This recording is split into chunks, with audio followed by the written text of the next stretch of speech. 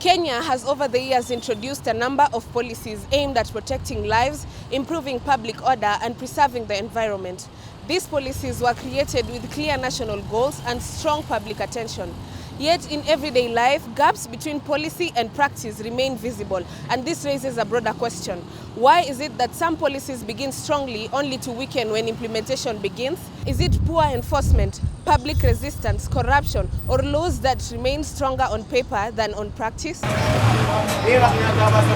In transport, safety belts remain mandatory under the Traffic Act, Cap 403, which were introduced in Kenya in 2004 by the then Minister of Transport, John Michuki. These regulations are known as the Michuki Rules, which are part of the 2003-2004 PSV reforms. The Matatu Owners Association said ya kwamba they will teach us a lesson. So you could see that it wasn't the issue of Matatu, there was something else. Because that is not how you look at issues. So we have a duty. We have to take measures in the interests of the public. The government acts in the interests of the public. And you are witnesses to the overwhelming support that the public has given the government in this issue. So, there is no question of extending this. You see, people got used to movements in policy forward and backwards. The previous government would move a step forward and then go back 10 steps. We don't want to do that, because then we want you to be able to predict the government. We want you to know that if the government says this thing, I can now plan on it. We don't want you to adopt the attitude that you wait because you cannot trust your government. If a decision is made, you can base your plans on it. Yet, compliance remains low across parts of the country, with observation and past studies indicating that many drivers still do not consistently wear them, or PSVs not providing them for their clients. Kwa majina mimi naitwa Grace Adhiambo Malova. Niko mfanyabiashara hapa Toi Market, nachoma mahindi. Niko hapa kwetu ni Siaya. Mara nyingi mimi naenda Siaya na hakuna msipi ya kufunga. Kama gari iko kwa mlima anateremka na anguka. Ule alikuwa ananyorosha Kenya, aliondoka akikufa, Kenya ikarudi chini kabisa, imeanguka. Inafaa irudishwe. Michuki mtu aangalie vile Michuki alikuwa anaangalia. Meanwhile, efforts to regulate the boda sector face ongoing resistance.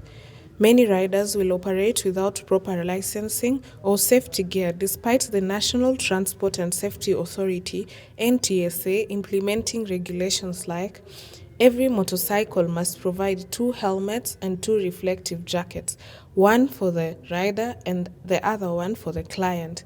And riders cannot carry more than 1 passenger and must use headlights at all time, with contraventions leading to fines of up to 20,000 Kenya shillings or 6-month imprisonment. Kwa majina naitwa Vincent, ama jina yenye wananijua kama wanabodaboda naitwa Epapa. Serikali kwa nasema hatuwezi pitisha watu wawili ama mtu mmoja kwa pikipiki.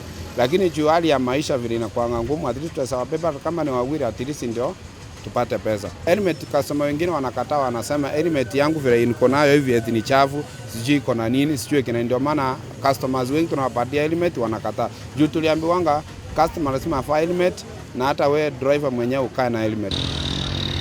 9 years after the 2017 plastic bag ban, illegal plastics are still visible in some markets, with inconsistent enforcement by the National Environment Management Authority. This is despite the existence of harsh laws, with violators facing severe penalties, including fines of up to 4 million Kenya shillings or jail term of up to 4 years. Comparing Rwanda to Kenya, where similar policies are enforced with notable consistency, motorcycle riders operate under strict regulations, helmet use, and passenger limits are adhered to. Rwanda records significantly lower accident rates, and its capital, Kigali, is widely regarded as one of the cleanest cities in Africa.